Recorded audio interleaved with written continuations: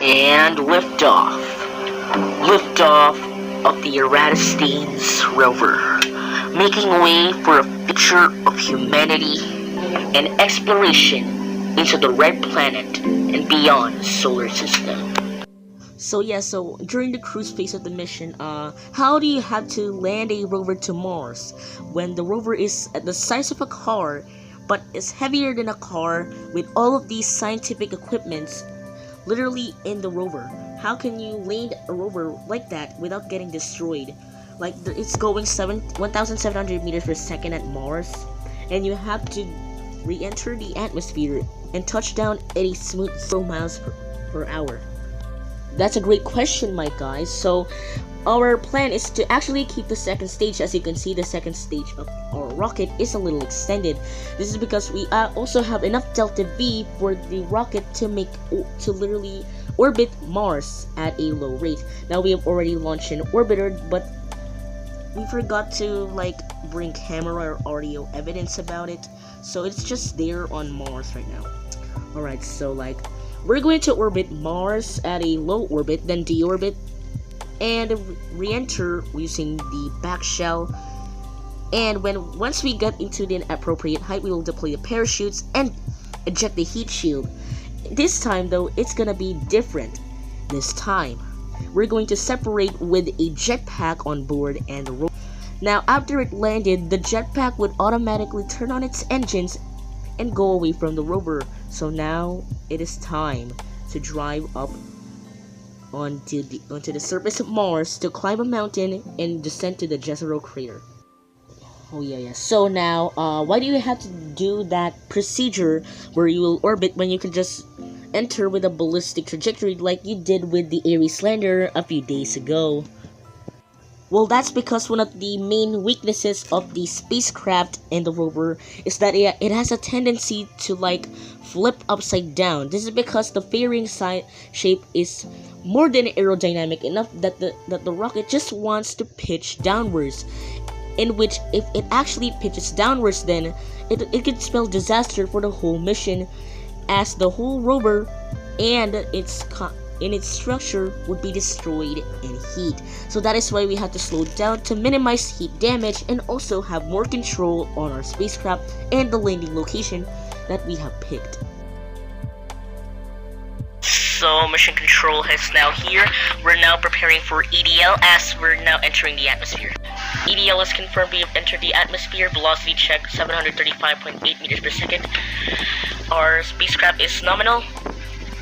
And navigation seems good as our orbiter radio has been confirmed that all is good. Alpha Bravo control wheels have been armed. We are now on ready mode. Entry mode. We are now pleased. We confirm confirmation of the spacecraft orientation that we are now on heat shield first orientation. We also have confirmed that we now have heat on our spacecraft. Descending altitude check 17.9 kilometers, velocity 740.1 meters per second. Yeah, we mission control. We also have some stable communication with the Ares lander, which is actually transmitting directly to Earth, and the orbiter or Archimedes orbiter, which is orbiting above us in low orbit. Velocity and height check 702 meters per second, and slowing down. Altitude is about 7,100 meters above sea level already. We are now on the only 25 kilometers away from Jezero crater as we speak. We are slowing down, though velocity is now 600 meters per second here. We are now preparing for parachute deployment. Yeah, tower, we are now on 4,000 meters above sea level. We are now preparing for supersonic parachute deployment. We are now on Monte Pacissimo as we speak. We are now predicting that we are going to land on the side of the mountain, Monte Pacissimo. Altitude check, we are now on 4,000 meters. Roger that, we are now on 4,000 meters. Got some velocity check to about 470 meters per second. We are now on parachute deployment. Supersonic parachute has been deployed. We got confirmation that the supersonic parachute is now deployed. We are now slowing down and experiencing significant deceleration as we are continuing. We are now descending at 800 heat shield speed. The heat shield is separated. We are now preparing for sky crane maneuver and back shield separation. Altitude 600 meters. We have now switched to terrain. Velocity 28.1 meters per second. Safety aborts. Back shield separation is confirmed. Sky crane has indeed now turned on its engines. Sky crane terrain relative navigation Sky crane maneuver has started. Now on flat line on the 300 meters above surface. Tower.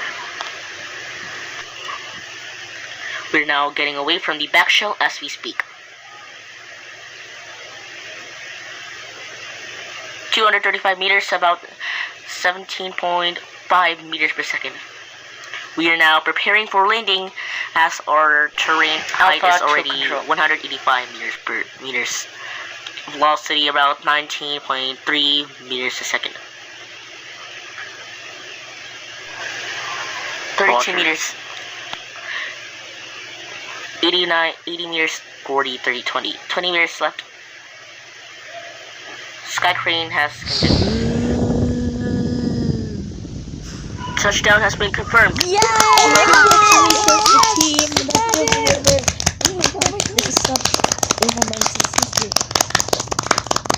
Alright, calm down, people. So now, calm down, people. We have just got confirmation that the Eratosthenes rover has indeed confirmed to have landed safely on the base of the mountain Monte Pisico, near Jezero Crater. This marks an astounding discovery era. In this time, instead of being stuck in one area, we can move around freely and more accurately define the rocks, samples, and other core samples that may be on this Mars. Now on between until Sol 67, which is one Sol is longer than an Earth day, or shorter than an Earth day. Sorry. Now we have spent that time climbing the base of one of the mountains of Mars, and our goal here was to descend to Jezero Crater to study its lake bed. Now the reason that we chose this mountain is that we believe that this is the mountain that has the shock quartz needed to identify it as either an impact crater or a volcanic caldera. This is because some of the scientists here believe that Jezero Crater is a result of a super eruption that happened millions and millions of years ago, but the ashes had just cleared up. Now this is not a confirmed theory as stated. However, we just wanted to confirm that this is an impact crater instead of a volcanic caldera. Now as you can see here, we have still made some stops here. This is because we have actually made some rock samples along the way, and we have analyzed some rocks, and even we found shock quartz when we drilled a few meters below the rock level. On Sol 67, we have reached the peak of Monte Pisico, and here we stopped as we wondered what to do next. We're going to descend the next Sol, but for now, the rover is staring on the stars. It'll no longer return on its home planet. It'll stay here for God knows how long. The rover will stay here until its eventual death, either by the solar panels getting degassed or their RTGs running out of radioactive juice. Here the rover Eratosthenes stares at the stars as it watches the beautiful Martian sunset unveiling on them.